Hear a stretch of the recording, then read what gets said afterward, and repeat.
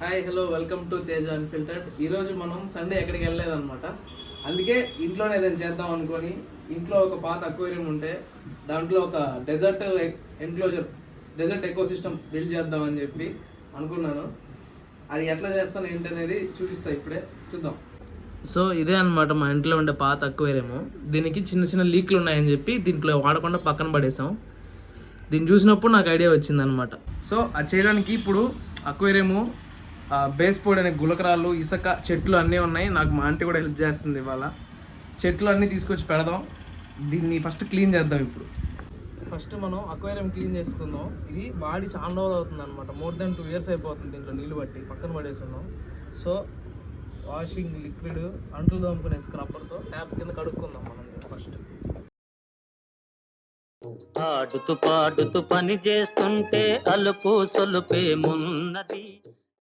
Water వల్ల అయిన మరకలన్నీ clean చేసుకోవాలన్నమాట. ఎందుకంటే మనం చెట్లు వేసినప్పుడు బయట నుంచి చూడడానికి క్లియర్గా కనపడాలంటే ఈ మరకలే ఉండకూడదు.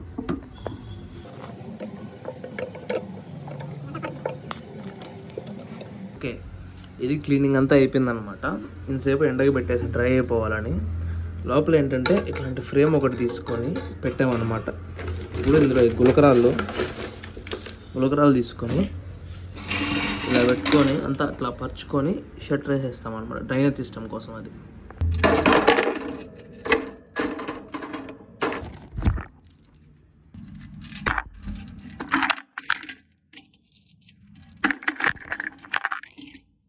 డ్రైనేజ్ సిస్టమ్ అంతా పెట్టేసామన్నమాట.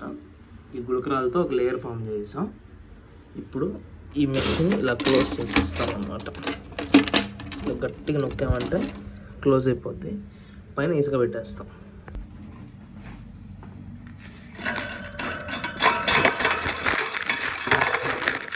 ఇసుకని ఇలాగా ఒక పర్టికులర్ ప్యాటర్న్ కాకుండా నార్మల్గా ర్యాండమ్గా వేసేసుకున్నాం అనమాట.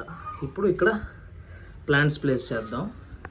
అందులో మనం పెట్టబోయే ప్లాంట్స్లో ఫస్ట్ ఇది, ఈ ప్లాంట్ ఒకటి, నెక్స్ట్ ఈ 2 ప్లాంట్స్, అండ్ ఇది ఈ ప్లాంట్స్. ఇవన్నీ అందులో ట్రాన్స్ఫర్ చేస్తాం. ఆల్రెడీ 2 ప్లాంట్స్ పెట్టేసాం.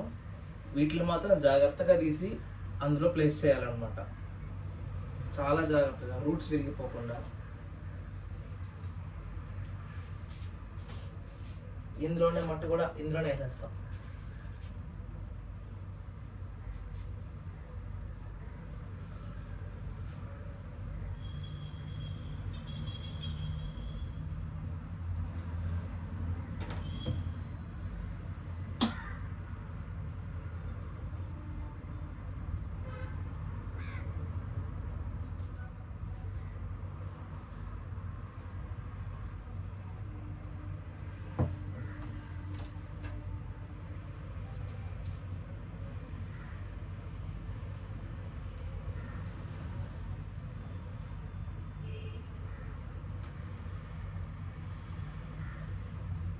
ఇదిగో ఇదే మన సెటప్.